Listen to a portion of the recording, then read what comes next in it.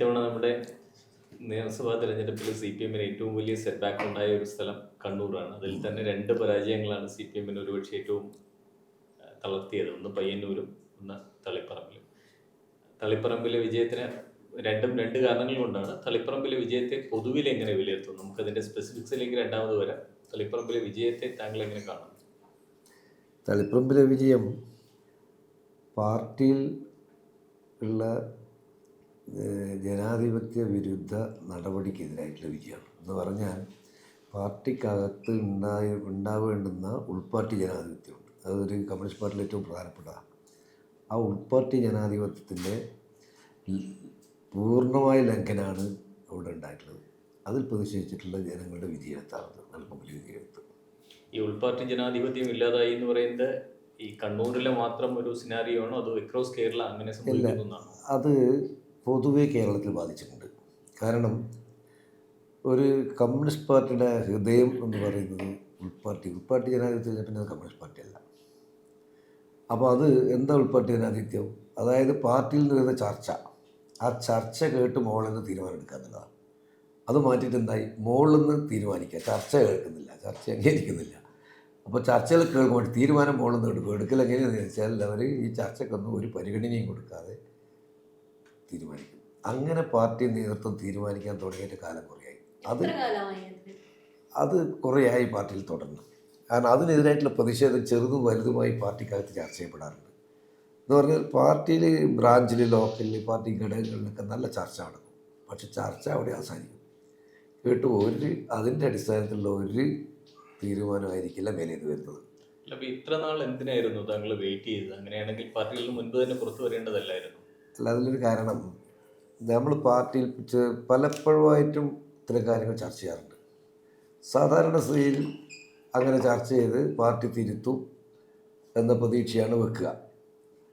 ചർച്ച ചെയ്ത് പാർട്ടി തിരുത്തും എന്നുള്ള പ്രതീക്ഷ. പക്ഷേ നിരന്തരമായി ഈ പാർട്ടി തിരുത്താത്തൊരവസ്ഥ വന്നു. അതിൻ്റെ ഏറ്റവും ക്ലൈമാക്സ് കഴിഞ്ഞ തെരഞ്ഞെടുപ്പിനോടൊപ്പം ഉണ്ടായിട്ടുള്ളത്. അതിവിടെ മാത്രമല്ല. ഇപ്പോൾ പയ്യന്നൂർ കഥ പറഞ്ഞല്ലോ. പയ്യന്നൂർ എന്ന് പറഞ്ഞാൽ പയ്യന്നൂർ ഈ സ്ഥാനാർത്ഥിയെ പാടില്ല എന്ന് ഞങ്ങൾ പാർട്ടി സെക്രട്ടേറിയറ്റാണ് സ്ഥാനാർത്ഥിയെ അംഗീകരിച്ച് കൊടുക്കുന്നത്. സെക്രട്ടേറിയറ്റിൽ വിഷയം വന്നപ്പോൾ എല്ലാ സെക്രട്ടേറിയറ്റ് മെമ്പർമാരും പറഞ്ഞത് പാടില്ല. കാരണം പയ്യന്നൂർ സ്ഥാനാർത്ഥിയിൽ ജനങ്ങളിൽ വിശ്വാസക്കുറവുണ്ട്. അവിടെ കുറേ കണക്കുകളൊക്കെ കൈകാര്യം ചെയ്തതിൽ ക്രമക്കേടുണ്ടെന്നാണ് ജനങ്ങൾ പൂർണ്ണമായി വിശ്വസിക്കുന്നത്. മനസ്സിലായില്ല? അപ്പോൾ അത്തരം ഒരാളെ സ്ഥാനാർത്ഥിയായി കൊണ്ടുവന്നാൽ അത് പാർട്ടിയെ ബാധിക്കും എന്ന് സെക്രട്ടേറിയറ്റിൽ ചർച്ച ചെയ്തിട്ടുണ്ട്. പക്ഷേ അത് കേട്ടില്ല. എൻ്റെ വിഷയത്തിൽ തളിപ്പറമ്പ് വിഷയത്തിൽ തന്നെ ഉണ്ടായത്. തളിപ്പറമ്പ് വിഷയത്തിൽ പാർട്ടി സംസ്ഥാന സെക്രട്ടറിയുടെ ഒരു കുടുംബാധിപത്യം നടപ്പിലാക്കാൻ ശ്രമിച്ചത്. യഥാർത്ഥത്തിൽ ആ സ്ഥാനാർത്ഥി അവിടെ പാടില്ല എന്ന് പാർട്ടി സെക്രട്ടേറിയറ്റ് മാത്രമല്ല ജില്ലാ കമ്മിറ്റിയും താഴെ വരുന്ന എല്ലാ കമ്മിറ്റികളും, CPM-ൽ ജില്ലാ കമ്മിറ്റി അംഗീകരിക്കണം, മണ്ഡലം കമ്മിറ്റി അംഗീകരിക്കണം. ഈ മണ്ഡലം കമ്മിറ്റിയിലൊന്നും ഇത് അംഗീകരിച്ചില്ല. ഒരാൾ പോലും അംഗീകരിച്ചിട്ടില്ല. 1-2 മാത്രം പേരിന് അംഗീകരിച്ച് ഒഴിച്ചാൽ മുഴുവൻ ആളും ഈ സ്ഥാനാർത്ഥി പാടില്ല എന്നാണ് പറഞ്ഞിട്ടുള്ളത്. ഈ ചർച്ചയിലൊക്കെ ഞാൻ ഉൾപ്പെടെയുണ്ട്, കേൾക്കുന്നുണ്ട്. എൻ്റെ അഭിപ്രായം ഞാൻ സെക്രട്ടേറിയറ്റിലാണ് പറയുക. ഞാൻ സെക്രട്ടേറിയറ്റ് മെമ്പറാണ്. അപ്പോൾ സെക്രട്ടേറിയറ്റിലാണ് പറയുക. അത് സെക്രട്ടേറിയറ്റ് പറഞ്ഞിട്ടുണ്ട്. ജില്ലാ കമ്മിറ്റിയിൽ N ബ്ലോക്കായിട്ട് പാടില്ല എന്ന് പറയുന്നുണ്ട്. ബ്ലോക്ക് കമ്മിറ്റി N ബ്ലോക്കായിട്ട്, മണ്ഡലം കമ്മിറ്റി N ബ്ലോക്കായിട്ട് പാടില്ല എന്ന് പറയുന്നത്. ഇതെല്ലാം നേതാക്കന്മാർ കേൾക്കുന്നുണ്ട്. യോജിത് മാഷ് ഉൾപ്പെടെയുള്ള നേതാക്കന്മാർ കേൾക്കുന്നുണ്ട്. സ്വാഭാവികമായും അത്തരം ഒരു ചർച്ചയുണ്ടായാൽ പാർട്ടി ചെയ്യാൻ അത്ര സ്ഥാനാർത്ഥിയെ മാറ്റണം എന്നാണ്. ഞങ്ങളൊക്കെ തദ്ദേശ തെരഞ്ഞെടുപ്പൊക്കെ കൈകാര്യം ചെയ്യുമ്പം താഴെ കൊടുത്ത നിർദ്ദേശമാണ്. വാർഡ് കമ്മിറ്റിയിൽ ചർച്ച ചെയ്യുമ്പം വലിയ എതിർപ്പ് വരുന്നുണ്ടെങ്കിൽ അത്ര സ്ഥാനാർത്ഥികളെ മാറ്റി ആലോചിക്കണമെന്നാണ് ഞങ്ങൾ കൊടുത്ത നിർദ്ദേശം, താഴെ കൊടുത്ത നിർദ്ദേശം. അത് മേലെ ബാധകമല്ലേ? അപ്പോൾ ഇത് ബാധകമല്ലാതെ വന്നപ്പോൾ ശക്തിയായ രോഷം ജനങ്ങൾക്കുണ്ടായി. ശക്തിയായ രോഷം.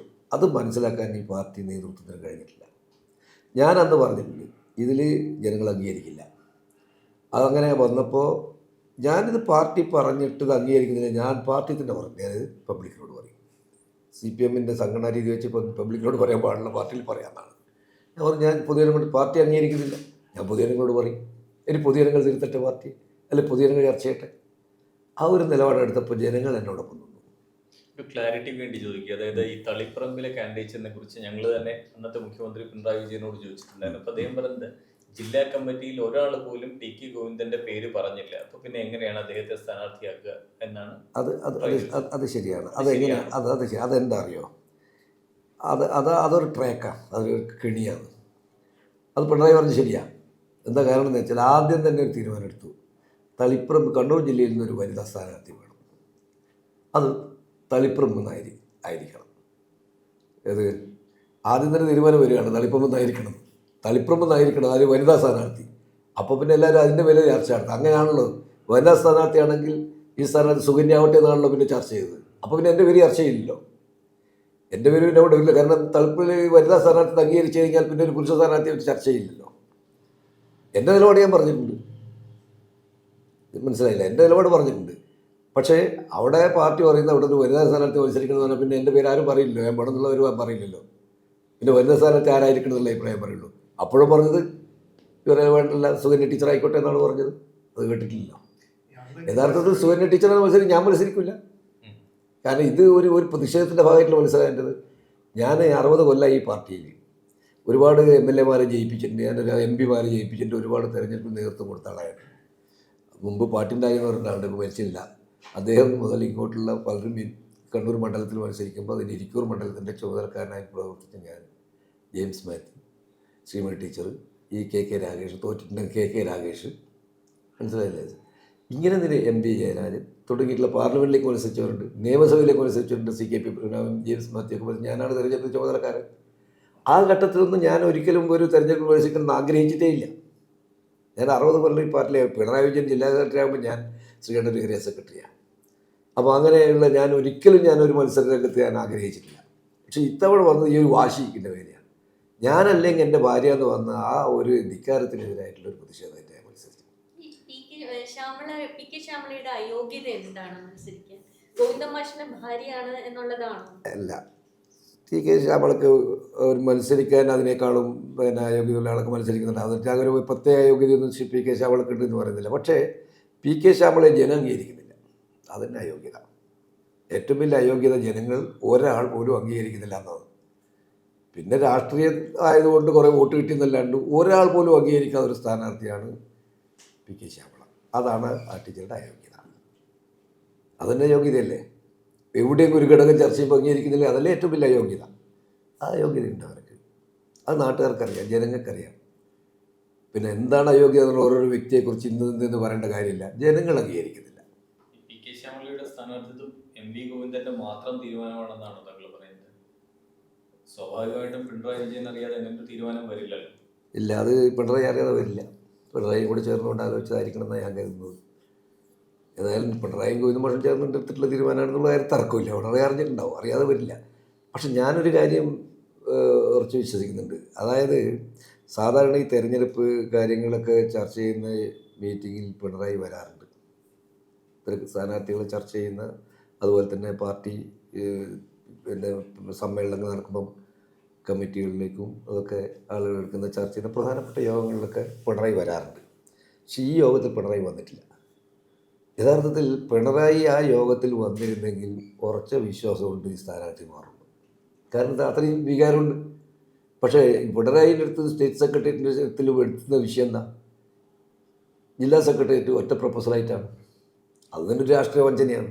കാരണം ചർച്ച ചെയ്യുമ്പോൾ ഞാൻ എൻ്റെ അഭിപ്രായം പറഞ്ഞിട്ടുണ്ട്, എല്ലാ സെക്രട്ടേറിയറ്റ് മെമ്പർമാരും പറഞ്ഞിട്ടുണ്ട്. ഇനി മറുപടിയായിട്ട് അതിൽ പങ്കെടുത്തിട്ടുള്ള അതിൽ EP ജയരാജൻ, MV ജയരാജൻ, പിന്നെ ടീച്ചർ പിന്നെ ശ്രീമതി ടീച്ചർ, ശൈലജ, എല്ലാവരും ഉണ്ട്. അപ്പോൾ അവർ പറഞ്ഞൊരു കാര്യം ചെയ്ത് നിങ്ങൾ ചർച്ചയുടെ എല്ലാം ഞാൻ സെക്രട്ടേറിയറ്റിൽ റിപ്പോർട്ട് ചെയ്യാം, എന്നിട്ട് അവിടെ തീരുമാനിച്ചോട്ടെ എന്ന് പറഞ്ഞു. പക്ഷേ ഇവിടുന്ന് ജില്ലാ സെക്രട്ടറി കത്ത് കൊടുക്കുമ്പോൾ എന്ത് കൊടുത്തു? ശ്യാമള ടീച്ചർ പേര് വെച്ച് മാത്രം കൊടുത്തു. അവിടെ ഇതാരും അവിടെ ചർച്ച ചെയ്തിട്ടില്ല എന്നുള്ള ഉറച്ച വിശ്വാസം എനിക്കുള്ളത്. കാരണം എന്താ വെച്ചാൽ ഇത്രയും വലിയ എതിർപ്പ് വരുമ്പം ആ യോഗത്തിൽ പിണറായി ഉണ്ടായിരുന്നെങ്കിൽ ഈ തീരുമാനം വരില്ല എന്നുള്ള വിശ്വാസക്കാരനാണ് ഞാൻ. KK രാഗേഷിന്റെ തലത്തിൽ നടന്ന ഒരു അട്ടിമറിയാണോ ഈ സ്ഥാനാർത്ഥി ലിസ്റ്റ്? രാഗേഷ് പിന്നെ ഗോവിന്ദ മാഷ് പറയുമ്പോഴല്ലേ കേൾക്കുള്ളൂ. രാഗേഷ് സ്വന്തമായിട്ട് തീരുമാനം എടുക്കാനുള്ള പ്രാപ്തിയൊന്നും രാഗേഷിനുണ്ട് എന്ന് എനിക്ക് തോന്നുന്നില്ല. അത് ഗോവിന്ദ മാഷ് പറയുന്നു, പിണറായി പറഞ്ഞു എന്ത് കാര്യം ഉണ്ടെങ്കിലും പിണറായി ചോദിക്കാണ്ടൊന്നും മൂപ്പര് ചെയ്യില്ല. ഞാൻ ഒന്ന് പുറത്തു പോയിക്കോട്ടെ എന്ന് ചോദിച്ചാൽ നീ ഇപ്പോൾ പോകണ്ടെന്ന് പറഞ്ഞാൽ പോവില്ല. അപ്പോൾ ആ രീതിയിൽ കാര്യം ചെയ്യുന്ന ആളാണ് രാകേഷ്. അതുകൊണ്ട് രാകേഷ് ചോദിക്കാതെ ഒന്നും ചെയ്യില്ല. ഈ കണ്ണൂർ ജില്ലയിൽ പാർട്ടിയുടെ ഏറ്റവും പ്രധാനപ്പെട്ട ജില്ലകളിലാണ്. മുമ്പ് ജില്ലാ സെക്രട്ടറിമാരായിരുന്ന ആളുകൾക്ക് അറിയാം, വളരെ പ്രഗത്ഭരായിരുന്നു. അപ്പോൾ ഈ രാകേഷ് വന്നതിന് ശേഷം എന്തെങ്കിലും ഒരു മാറ്റം കാണുന്നുണ്ടോ? രാകേഷ് ഒരു പാർട്ടിയെ നയിക്കാൻ പ്രാപ്തിയുള്ള ഒരാളാണെന്ന് എനിക്ക് അഭിപ്രായമില്ല. രാകേഷ് ജനിക്കുമ്പോൾ ഞാൻ പാർട്ടി ഏരിയ സെക്രട്ടറി ആയിരിക്കും. രാകേഷ് ജനിക്കുമ്പോൾ ഞാൻ പാർട്ടിയുടെ ശ്രീകണ്ഠ ഒരു ഏരിയ സെക്രട്ടറി ആയിരിക്കും. 1980 ഞാൻ പാർട്ടി ഏരിയ സെക്രട്ടറിയാണ്. ചിലപ്പോൾ 80 81 മറ്റാണ് രാകേഷ് ജനിച്ചിട്ടുണ്ടാവുക. അന്ന് പറഞ്ഞാൽ ഒരുപക്ഷെ ഈ കേരളത്തിലെ പാർട്ടിയുടെ കാര്യത്തിൽ ഏറ്റവും കൂടുതൽ കാലം ഏരിയ സെക്രട്ടറിയായി പ്രവർത്തിച്ചാണ് ഞാനായിരിക്കും. ശ്രീകണ്ഠാപുരവും മയ്യിലും ഒക്കെ പ്രവർത്തിച്ചിട്ടുണ്ട്. അപ്പോൾ ഞാൻ ഏരിയ സെക്രട്ടറി ആകുമ്പോൾ രാകേഷ് ജനിച്ചിട്ടേ ഉണ്ടാവുള്ളൂ. പിന്നെ രാകേഷ് ഏതെങ്കിലും ഒരു പാർട്ടി സംഘടന നയിച്ച ഒരു അനുഭവം രാകേഷിനില്ല. ബ്രാഞ്ച് സെക്രട്ടറി ഒരു അയാളായില്ല. ഓടിച്ചു. പിന്നെ അവിടുന്ന് കുറച്ച് SFI എന്നെല്ലാം പറഞ്ഞ് ഡൽഹിയിൽ പോയി SFIൻ്റെ അഖിലേന്ത്യാ നേതൃത്വത്തിലൊക്കെ വന്നു. തിരിച്ചു വന്നപ്പോൾ പാർലമെൻറ്റിൽ മത്സരിപ്പിച്ചു, തോറ്റു. പിന്നീട് രാജ്യസഭയിൽ അയച്ചു. രാജ്യസഭയിൽ പോയി. തിരിച്ചു വന്നപ്പോൾ മുഖ്യമന്ത്രിൻ്റെ ഓഫീസിലേക്ക് പോയി. പിന്നെ ഇയാൾക്ക് പാർട്ടി സംഘടനാ രംഗത്ത് ഉള്ള ഒരു അനുഭവമൊന്നുമില്ല, അതിനൊരു പ്രാക്ടീസും ഇല്ല. അതുകൊണ്ട് കണ്ണൂർ ജില്ലയിലെ പാർട്ടിയെപ്പോലെ ഒരു പാർട്ടിയെ നയിക്കാനുള്ള പ്രാപ്തി രാജേഷിനുണ്ട് എന്ന് എനിക്ക് അഭിപ്രായമില്ല. രാകേഷ് മുഖ്യമന്ത്രിൻ്റെ ഓഫീസിലായിരുന്നല്ലോ. അവിടുന്ന് രാജേഷിനെ ഒഴിവാക്കി ഇവിടെ സെക്രട്ടറി ആയിട്ട് ഒഴിവാക്കി ഇവിടത്തേക്ക് വന്ന ഒഴിവായിട്ട് ഇവിടെ ജില്ലയിലേക്ക് വന്നത് തീർച്ചയായിട്ടും മേലെ പിണറായി ഉൾപ്പെടെയുള്ളവരുടെ അഭിപ്രായമായിരിക്കുമല്ലോ. അല്ലാതെ പിണറായിൻ്റെ ഓഫീസിലുള്ള സ്റ്റാഫ് അങ്ങനെ വരില്ലല്ലോ.